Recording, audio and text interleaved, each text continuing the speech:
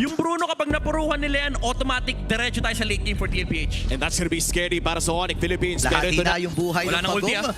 Wala na atang way ang Team Liquid Philippines na i-contest ito. Parang hero ata ang magiging target nila. Pero papasok na rin. Fist break and fist crack. Ngayon naman, pumasok na rin dito si Sanji. Bibitbitin si Brusco. Papasok na rin si Carlito. Retribution nila gamit na rin niya. Pero bibitbitin pabalik. Ito si Kirk at mapapatay din. The Team Liquid Philippines. Tapos si Sanford kalahati ang kanyang buhay pero makakatakas din. Sabi pandidili na ginagawa dito ni Brusco. Oy, pero mukhang lalaban na sila dito. Stun tatama si Sense. Fader Airstrike na ibilapag na rin. Oh no, patay ka agad si Sanford dito ngayon. Tumama rin si Van SOD and Brusco with that turtle. Ngayon kailangan na matras si Carlito. Same with JP. Pero haharapan ni Sanford. JP ay nandun.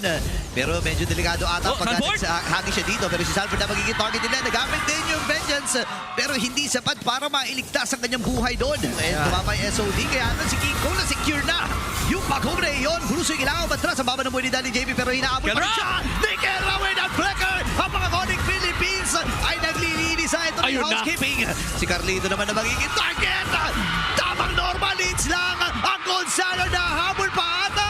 TNPH nakatakbo. Si Oheb, wala pa naman siyang kills, wala pa siyang deaths. Pero so far, Onyx Philippines, silang lumalamang. Grabe, walang makapigil kay Killer. Ladies and gentlemen, 5-0 in 1. Pwede pa ata sila magbasag. Wala na rin na makakapigil. And no, Glorious Pathway nagamit Aray ni JP. ko, aray ko. Dalawa.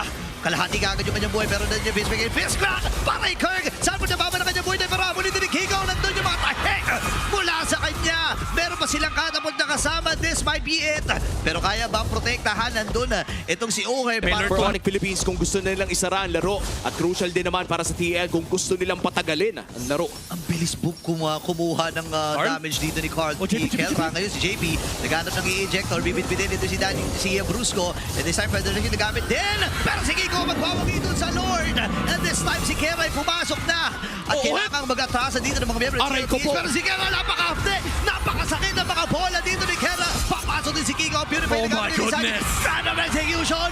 Ubus ang cavalry. May minion pang kasama ang Onyx Philippines. Pwede na nila tapusin ang game number 1. At sila makakuha nito. What a finish mula sa Onyx Philippines.